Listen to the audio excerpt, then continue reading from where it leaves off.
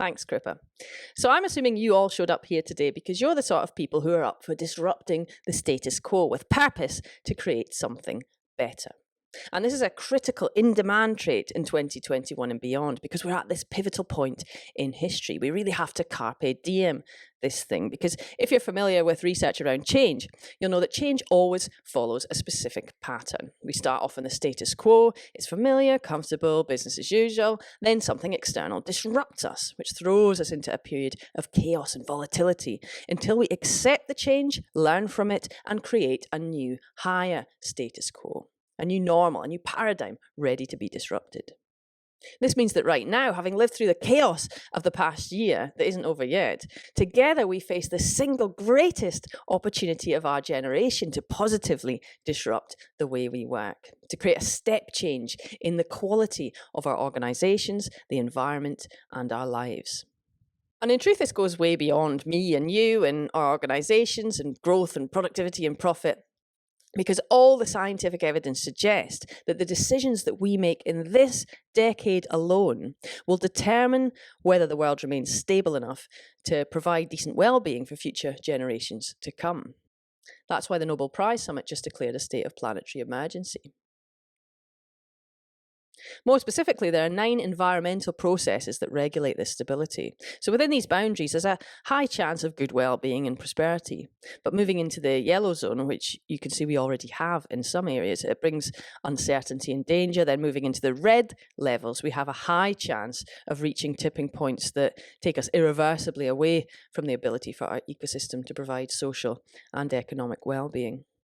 And these are challenges that we can solve. And I believe that reinventing the way we work with a great sense of urgency and with all the imagination that we can muster will not only help us reduce our carbon footprint, but will give us the bandwidth that we need to rise to the responsibilities, the wider responsibilities that face our generation.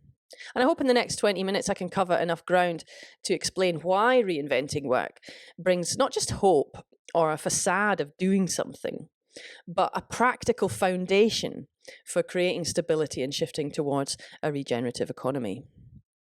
Whether we deplete or nourish, whether we destroy or regenerate, it all depends on our courage and our skill as designers, designing new ways to live and work and create, and in recognizing our limits as designers, because we don't have all the answers, and therefore the need for bold, prolific experimentation, trying stuff and learning what works. So disruptive design as a method can make this happen so that you and your fellow innovators can amplify your influence and serve as agents of change. So here we go. You can think of disruptive work-life experience design like a prism, only technically in reverse. All the different teams that normally operate in different wavelengths, when brought together by the disruptive design method, form a bright, focused light of an outstanding experience. You might notice that I included marketing on here. That's just a suggestion because marketeers often have customer experience design expertise that's useful to apply internally. But you can add whichever teams you like to your version of the prism. What we're aiming for here is beyond incremental improvement, which is just doing the same thing a little bit better. We are shooting for disruption, creating something that is so much better that we can't believe we did it the old way for so long. And that, in a nutshell, is what disruption is about. Buckminster Fuller put it beautifully. He said, "You never change things by fighting the existing reality. To change something, build a new model that makes the old model obsolete." So how do we do this? How do we build a new model of work-life experience, a new model that's better suited to the realities of today and tomorrow? Well, before we get into this 3-phase method, I'm going to show you that will answer that question. Let's get a few things straight about what the realities of today actually are. Firstly, I say work-life experience because work and life are no longer separate.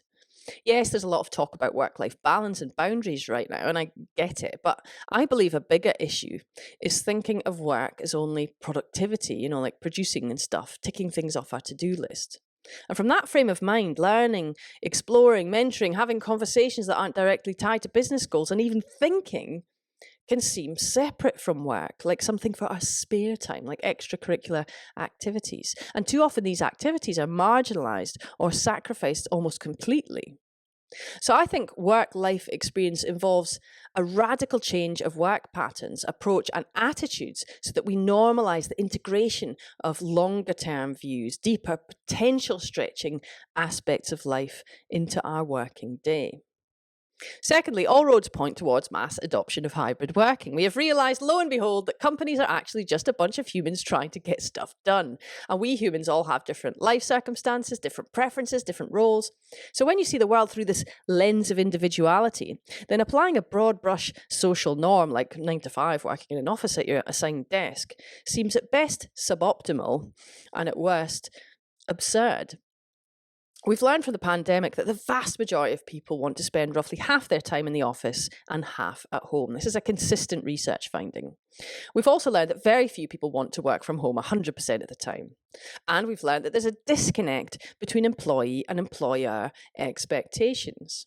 In fact, Microsoft listed 7 hybrid working trends in a recent report, one of which was this: leaders are out of touch with employees and need a wake-up call. Their report says over 40% of the global workforce is considering leaving their employer this year, and 46% is planning to move now that they can work remotely. So organisations that don't pivot fast enough towards more human work patterns, including hybrid working, they just won't retain their best people, let alone attract new talent or inspire them to do their best work. Then there's the looming collaboration crisis. Again, according to Microsoft, we're spending double the amount of time in meetings than we did this time last year and sending 40 billion more emails per month. Here's an eye-watering statistic that the cost of meetings in just 2 countries, the US and the UK, stacks up to a staggering $457 billion every year. And unproductive meetings are a top cause of low employee satisfaction. So it's the perfect storm of anxiety, crazy amounts of time in meetings, drowning in email, working longer hours, missing social contact, economic instability, job insecurity, health worries, exponential change. And this leads to what researchers call threat rigidity. Threat rigidity occurs when anxiety triggers a desire for control and a focus on yourself that leads to a go-it-alone mentality. So people become more risk adverse and less collaborative, less creative in a crisis, which is the exact opposite of what we need right now. This pulls directly against our efforts to boost collaboration and innovation. Just take a look at this chart. This is data from a law firm that was part of a Harvard study looking at 10 years' worth of data on collaboration, and it paints a very typical picture. This is during the 2008 crash, and it shows that the most collaborative workers grew their business and continued growing beyond the crisis. The mediocre collaborators declined during the crisis, but they did start to recover within a year. But the poorest collaborators hunkered down, stopped networking, guarded their clients, hoarded work, and as a result, their revenue contracted. And 5 years later, the poor collaborators still hadn't recovered. So the work-life experience needs to facilitate collaboration, increase trust, reduce anxiety, encompass mass personalization to cater for individual needs and circumstances. It must reduce waste, wasted time, energy, carbon footprint, budget. This is a complex challenge. But let's start with some basic assumptions. First, the workplace needs to be adaptive. It must adapt to user needs that are continuously changing. Secondly, utilization data is essential for optimizing an adaptive hybrid workplace. Without this data on who's using what and when, whether it's rooms, spaces, parking, classes, equipment, what mix of people are attending meetings virtually versus in person, without this, it's almost impossible to know whether your work-life experience is well configured to your current reality. So you end up making decisions essentially in the dark. Utilization data is particularly important if you're currently figuring out the best way to reduce your real estate footprint, or if you're planning to keep the same footprint but reconfigure the space, perhaps adopt activity-based working. Now imagine most of you will be looking at doing one or both of these things to some extent, so you'll need data to reveal which spaces are over or underutilized. And thirdly, we can assume that the office and everything in it needs to be accessible on demand.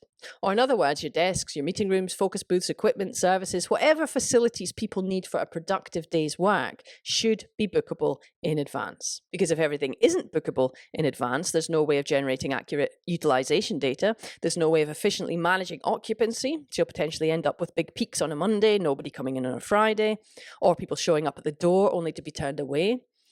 There's no way of automating health and safety procedures like social distancing, health checks, and contact tracing. And of course, you can't deliver a world-class experience if you don't allow people frictionless access to what they need when they need it.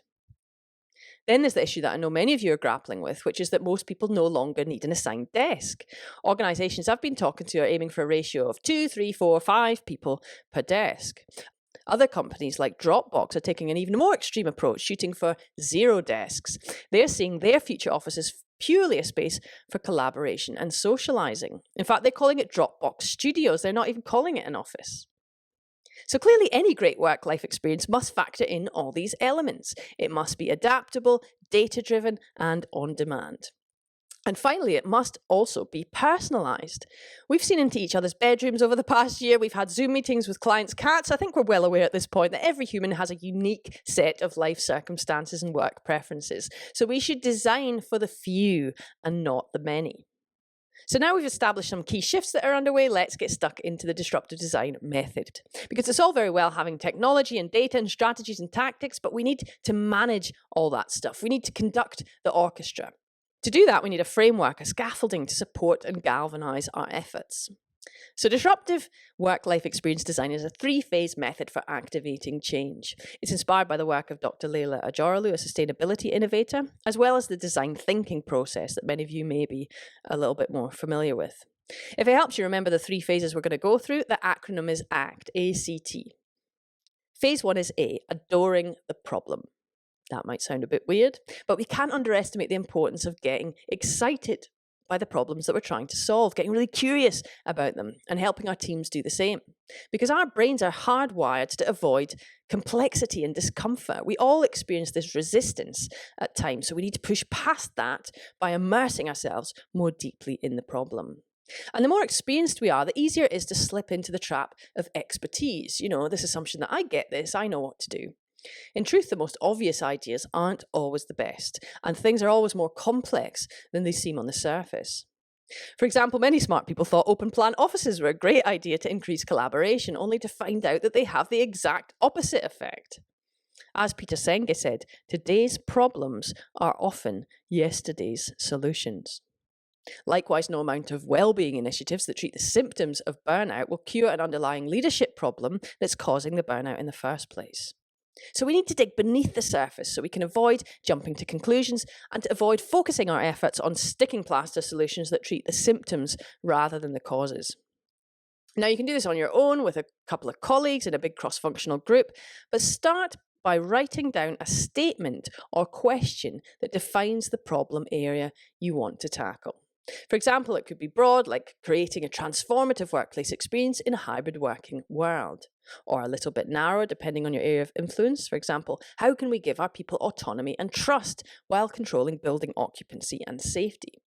Now, once you've defined the problem, come up with a research plan that fits the resources, time, and budget that you have available. Now, you might have employee engagement survey data, pulse survey data, third-party research, peer-reviewed studies, employee interviews, case studies, utilization data.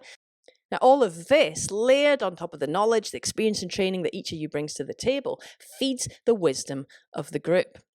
It fills everyone's brain with fresh content so that they can have more meaningful, useful insights later on. So as you're immersing yourself in research and data, you'll discover lots of things, lots of parts that constitute the problem that you're looking to address. So start by capturing and noting down all these elements, or nodes if you want to call them that, as they'll form the output you need for phase 2 of the method. You can do this by making lists of elements, using sticky notes or pieces of paper for each element or node, using online tools, however works for you.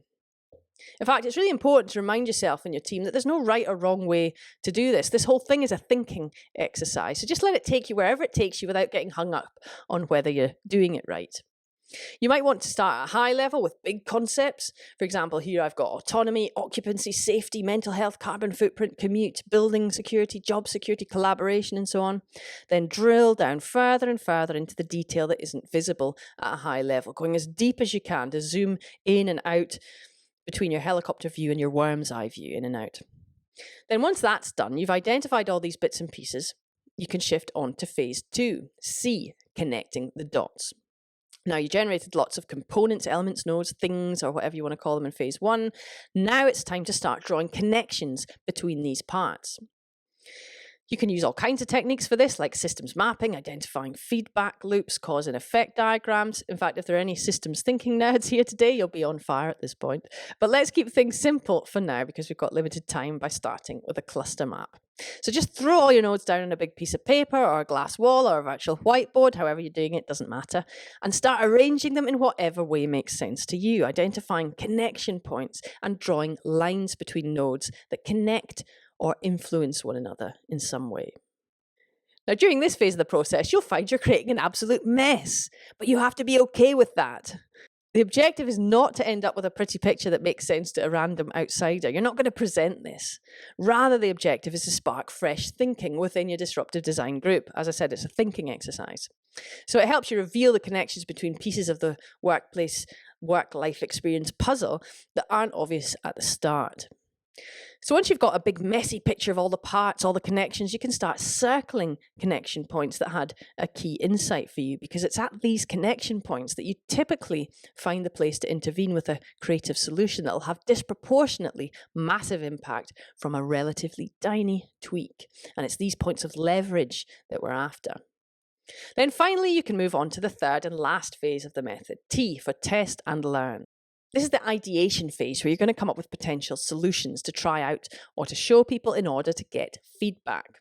Now, it's easy to fall into the trap of getting stuck on your first idea or your first few ideas that you have at this point.